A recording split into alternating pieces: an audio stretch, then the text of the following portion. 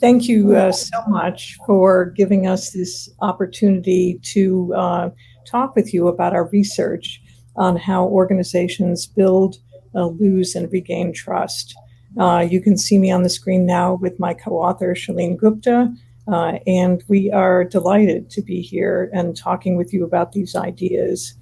So the key to getting this right is first understanding what trust is and how it works. So that's the job that Shalene and I have today.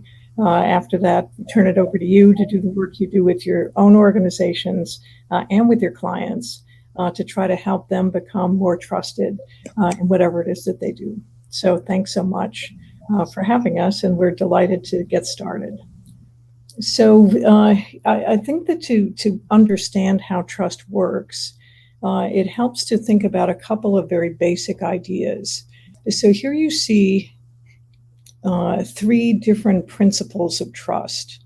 And what I'm going to start doing is just to break these down, explain them to you, and then Shalene is going to come in and start doing her part of the presentation, and we'll be alternating back and forth as we did when we wrote the book together over many years. So thank you again.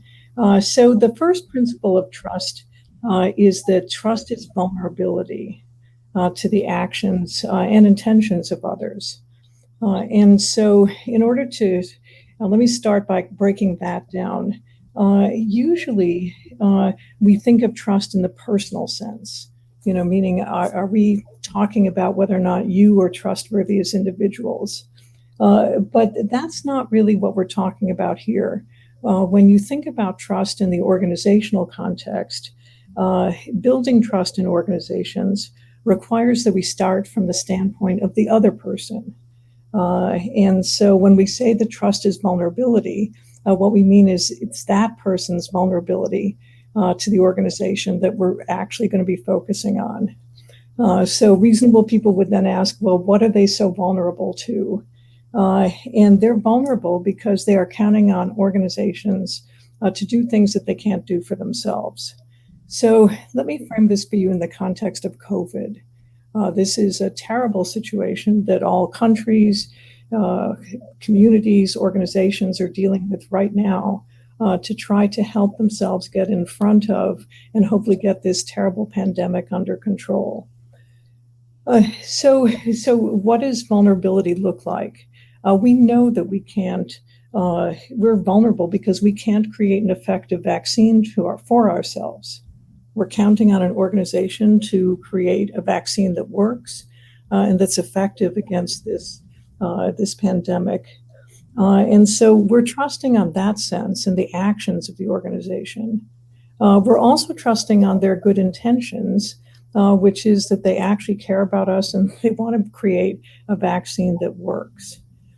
So that's the first part of trust. It's vulnerability, the other person's vulnerability to the actions of others. The second principle of trust is that trust is limited. So we're trusting a company to create an effective vaccine, but that's all that we're trusting them to do. In this sense, trust is limited, and it's really a three-part relationship. There's the person who's doing the trusting, there's the organization they're trusting, and there's the thing they're trusting that organization to do. Now, if you're in business, this actually is a really helpful notion because it means whether you're thinking about trust within your organization as PR firms or with your clients, there are specific points in time where they're asking you to perform a service and they're trusting you to perform that service. That's when trust is being activated. It's at that moment of engagement between you and the individual or the company that's relying on you. Now, the third principle of trust is that trust is built from the inside out. When you think of all of the hands that the vaccine goes through, from inception through manufacturing to distribution, you want all of the people who are engaged in that process to be alert, to not be ill, to be well taken care of, and to care about the organization and the work that it does. And so in that sense, what we've found in the companies we've looked at is it's pretty much impossible to be trusted by people outside your organization if you're not trusted by people from inside. And so these are the three basic principles of trust. It's vulnerability, it's limited, and it's built from the inside out. So Shalene, why don't you talk with people about why it's a good idea to go after this trust goal? Trust isn't just an airy-fairy concept. It has a real and tangible impact on performance. So first of all, trust delivers a strategic advantage. In a study of 30 NCAA basketball teams, researchers found that the teams with the most trust in their coach won the most amount of games. 7%, in fact, was correlated to an increase in trust. And the team with the most amount of trust in their coach won the most number of games. And the team with the lowest trust score only won 10% of their games that season. Now, the researchers interviewed teammates on the team that had the most trust in their coach to find out what was going on. One of the players commented, "Once we developed trust in coach, the progress we made increased tremendously because we were no longer asking questions or were apprehensive. Instead, we were buying in and believing that if we worked our hardest, we were going to get there." And now when you take that performance and strategic advantage and translate that into a business, there's a revenue advantage. In a study of 6,500 employees at a Holiday Inn, researchers had employees rate their trust in their managers from a scale of 1 to 5. What they found is an eighth of a point increase in trust correlated to a 2.5% increase in revenue, or in dollars, $250,000 increase in revenue per hotel. Now, if you think about that revenue advantage scaled up to an economy, there's a huge impact. In a World Bank study of 29 different market economies, researchers found that a 10% increase in trust in the population correlated with a 0.8% increase in GDP. And so, in fact, when Sandra and I were talking to a CEO in a developing country, he mentioned that he wanted to build a hotel, but because construction workers in that country were prone to taking supplies and not working if watched, he actually had to sleep on the premises of the hotel to make sure that nothing was being stolen and employees did their work. And if you think about the amount this adds to costs and how much it slows down business, you can see why trust is so important. In fact, as the Nobel Prize-winning economist Kenneth Arrow once said, virtually every commercial transaction has within itself an element of trust. It can be plausibly argued that much of the economic backwardness in the world can be explained by lack of mutual confidence, or what Sandra and I called trust. I'm going to turn it back over to Sandra now, and she's going to explain on what basis do people trust. So what you've heard so far is some basic principles of trust, the benefits of it. So let's dig in now to this question about why do people trust anyway? If trust is vulnerability, why am I willing to make myself vulnerable to organizations? We're going to use Uber as an example. At least in the United States, Uber is the company that everyone loves to hate. And what I'm going to explain is why it is that a company can be, on the one hand, competent and still not trusted. So Uber, at least in the United States, literally wrote the book on how it is to be a good ride-hailing company. They created amazing technology to connect customer needs, where the customer is, what destination they're going to, billing, and immediate feedback, all in a format that their drivers could be managing relationships with individual customers throughout the day. So competence is an organization's basic ability to deliver a product or service. And when I say basic, I don't actually mean it's so basic. I was in business for 20 years before I became a professor. And there's nothing basic about being able to create and deliver really great products or services. But if that were all that it took to be trusted, Uber wouldn't actually have the kind of reputation that it does in some of the environments that it operates in. So in addition to competence, it turns out that people trust on three other dimensions. The first of those is motives. And this is a question of whose interest does a company serve. So let me tell you a story. In 2013, an Uber driver in San Francisco ran into a family of four. He killed a little 6-year-old girl, their daughter, injured the mother and her son. And the family then sued Uber in the United States is very litigious, and it would be reasonable to try to ask Uber to be responsible for the actions of its driver. But what Uber did in court is they said, you know what? That driver hadn't picked up his next customer, and he actually hadn't even acknowledged that he had a next customer. So he really wasn't a driver for Uber at that time. So what they tried to claim is that this employee with Uber on his dashboard driving for them was not an Uber driver. So you step back and you say, well, whose interest does this company serve? It's pretty clear that the only interest they care about serving is the interest of Uber, the company. Certainly not the driver, and especially not the family who they had injured in such a grievous way. So we care about competence, we care about motives, we also care about how companies do what they do, their means, and this is largely a question of how fair is the company. So between 2013 and 2015, Uber asked its drivers to book and then cancel rides with their nearest competitor in the US, a company called Lyft. They did this 5,000 times over the course of 1 year, 12 months. And so if you say, is Uber fair in how it does business? This defines unfair competition. This is trying to mess up the on-time reliability of a ride-hailing company by throwing a spanner into the works of its process. So Uber, very competent, motives only out for its own self, means not particularly fair. And then you have a question about what is the actual impact of the results of this company's actions. And so this impact area is quite interesting. This is the impact on I can see it with my own eyes. I don't care what you tell me about it. I know the impact that you've had, and I feel a certain way about that. So I'll tell you a small example of impact from Uber. And for those who work on these issues, it's not so small. So in 2017, there was a reliability engineer, a female reliability engineer, who published a blog post about how she had been sexually harassed at Uber during her period of time there. And during her tenure, reliability engineers in her division dropped from 25% to 6%. She was only there for 2 years. And during that period of time, the environment was so toxic for women engineers at Uber that they were leaving in droves. So now Uber didn't start out to say, let's be a lousy company for women to work for.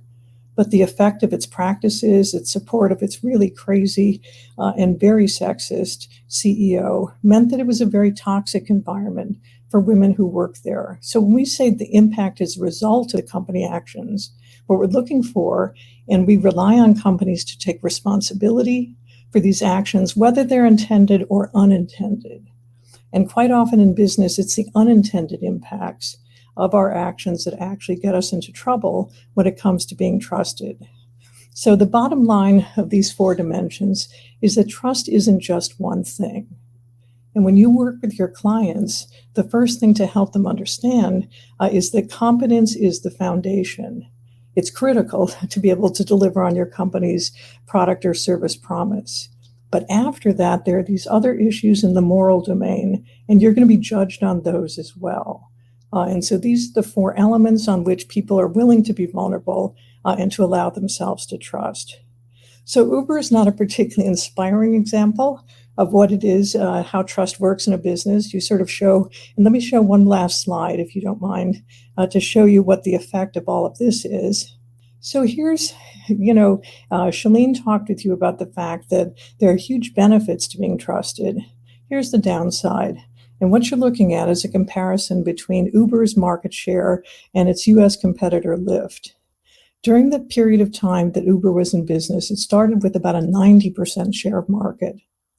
And as a result of the way that it did business, it opened up a competitive opening for Lyft, which now owns 32%, a third of the market in the United States, and Uber's dropped down to 2/3.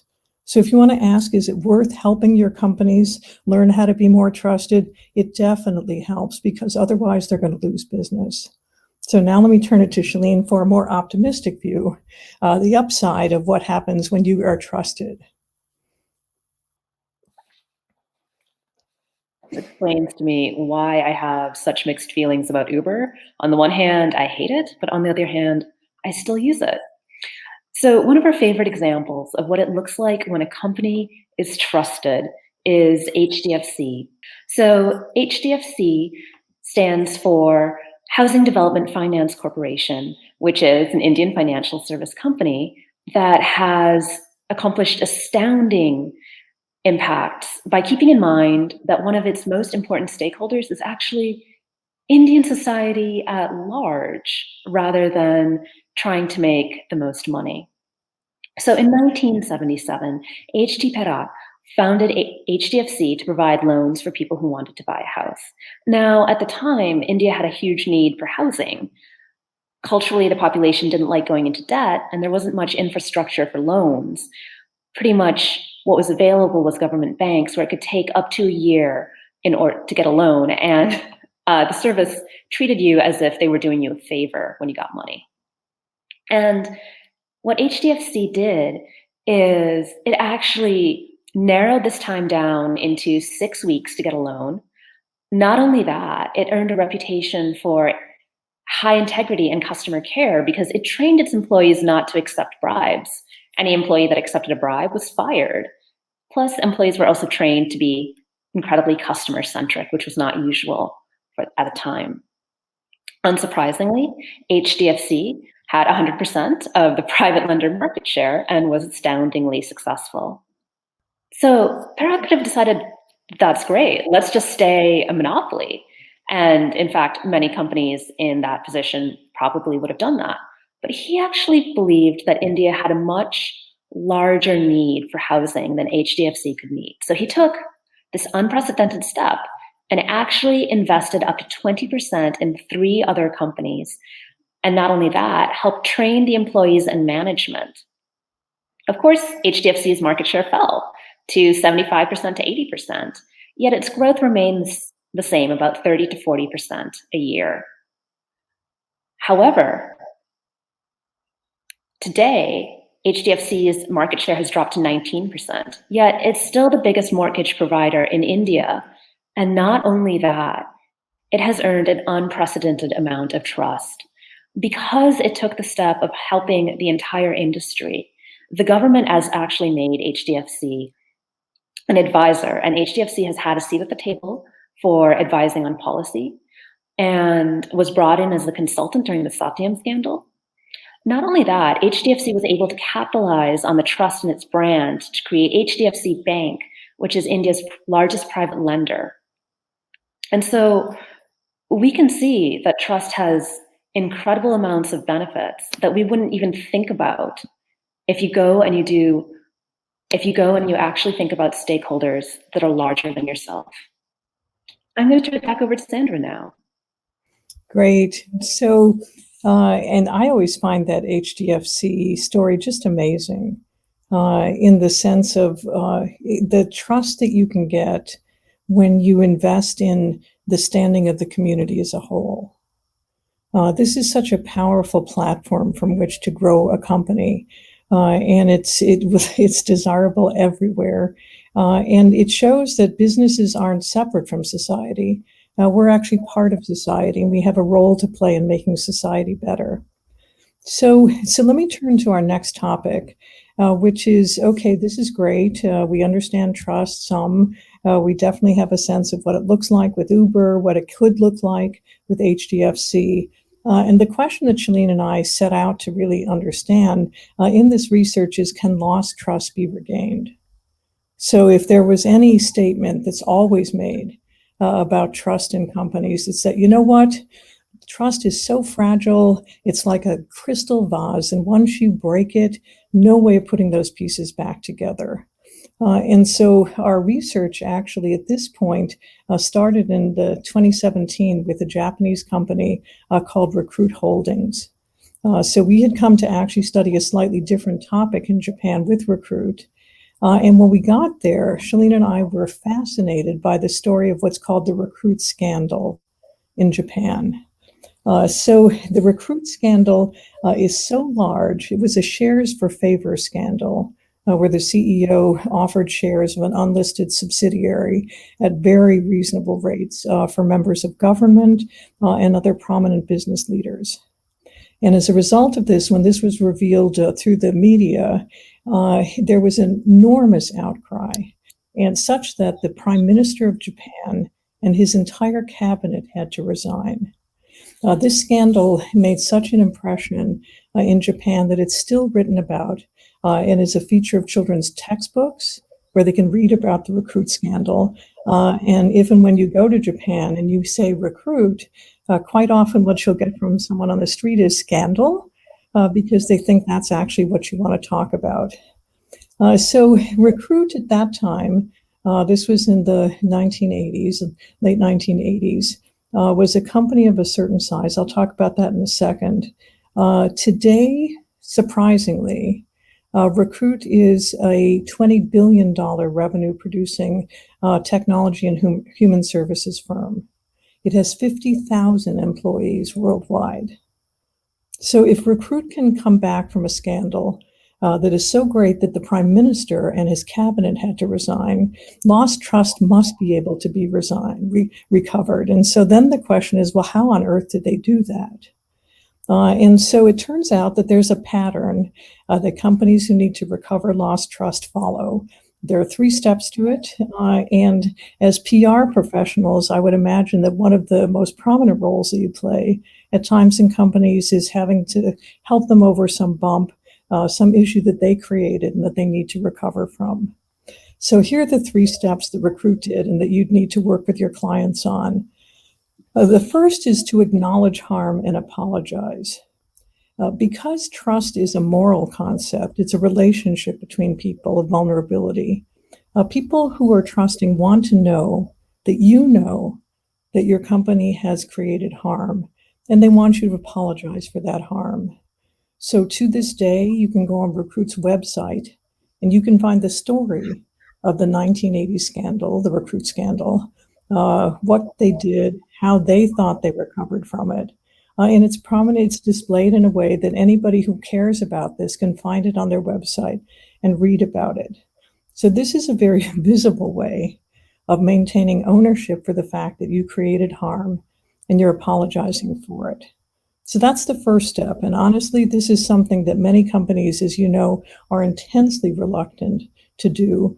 But because trust is a moral concept based on relationships between people and organizations, acknowledging harm and apologizing for it are really important things to do to start regaining some of that trust that you lost. The second step is you have to hold people accountable. Now, in a way, you could say that Recruit was lucky, fortunate, because the one person who created the scandal was the CEO. So, quote unquote, all they had to do was to let the courts take over, which they did, and their CEO went to jail. This is kind of a far end of what happens in holding people accountable. But many of you will be working in companies where you kind of go, well, wait a minute, no one did anything illegal here. It was bad. And we may even be sued for it, but was not illegal in that sense. So how can our senior leaders themselves regain trust? And there are 2 things that we've seen that seem to make a big difference. The first is whether the CEO, the senior leaders, acknowledge the harm and apologize themselves. And I'm not talking here about one of those mistakes were made, apologies, passive voice, somehow no one made these mistakes.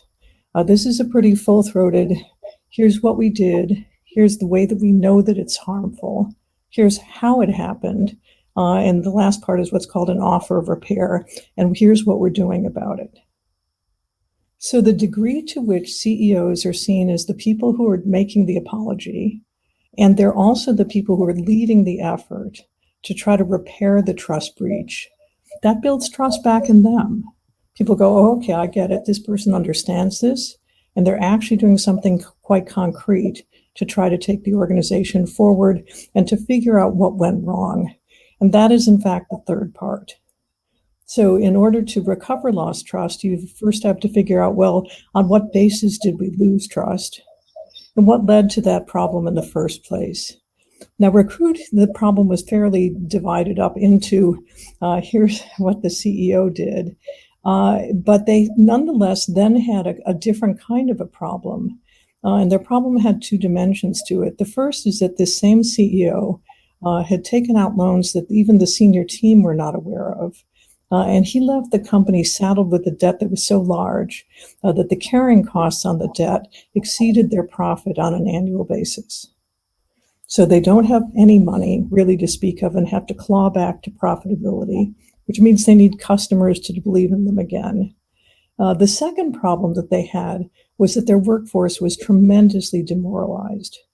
Not only was it a mark of shame to work at Recruit, kids were being bullied on playgrounds and at school because their parents worked at Recruit. And so this was a company that needed to rebuild itself from the inside out. So the conclusion that they drew was that they could no longer do what Japanese companies are famous for, have been, which is offer lifetime employment. What they did decide that they could do is to make people more employable when they leave. And so their strategy is, let's be a good place to be from.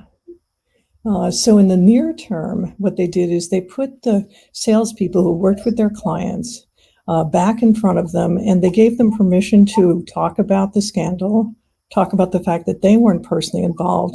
And they did this very interesting distinction in how they introduced themselves.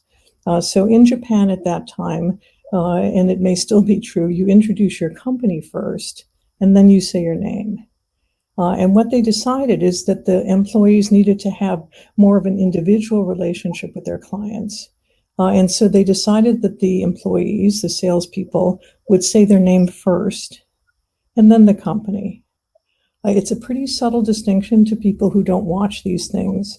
But in their environment, in their culture, it was a genuine way of trying to say, I'm Sandra, and I work at Recruit, rather than Recruit is in the room, and I'm Sandra representing the company.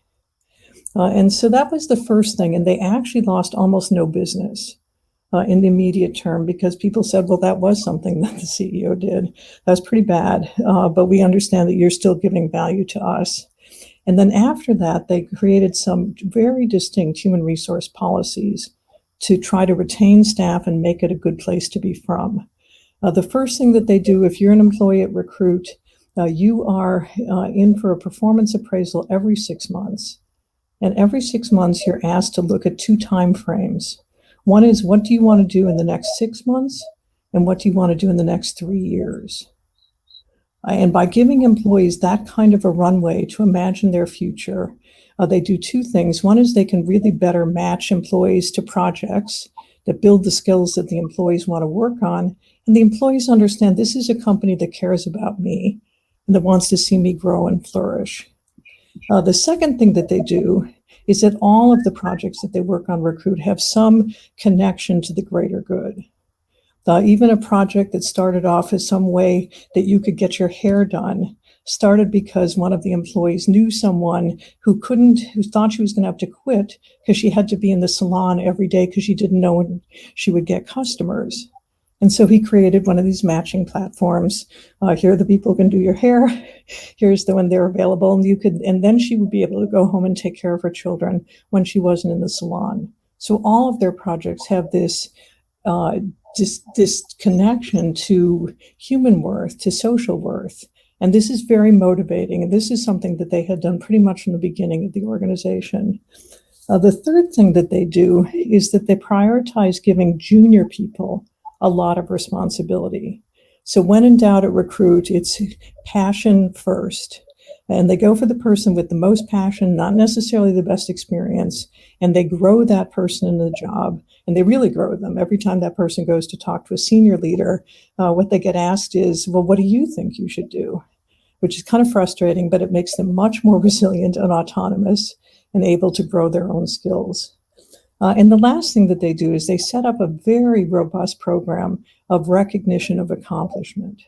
So I'm being grown as a company, as an individual. I get to connect my goals to things that matter. I'm being recognized for this. And one of the features of this program is that if you win one of their recognition awards, you have to make the rounds and explain what was your best practice to all the people who do your job in the organization. So this is on the strength of this.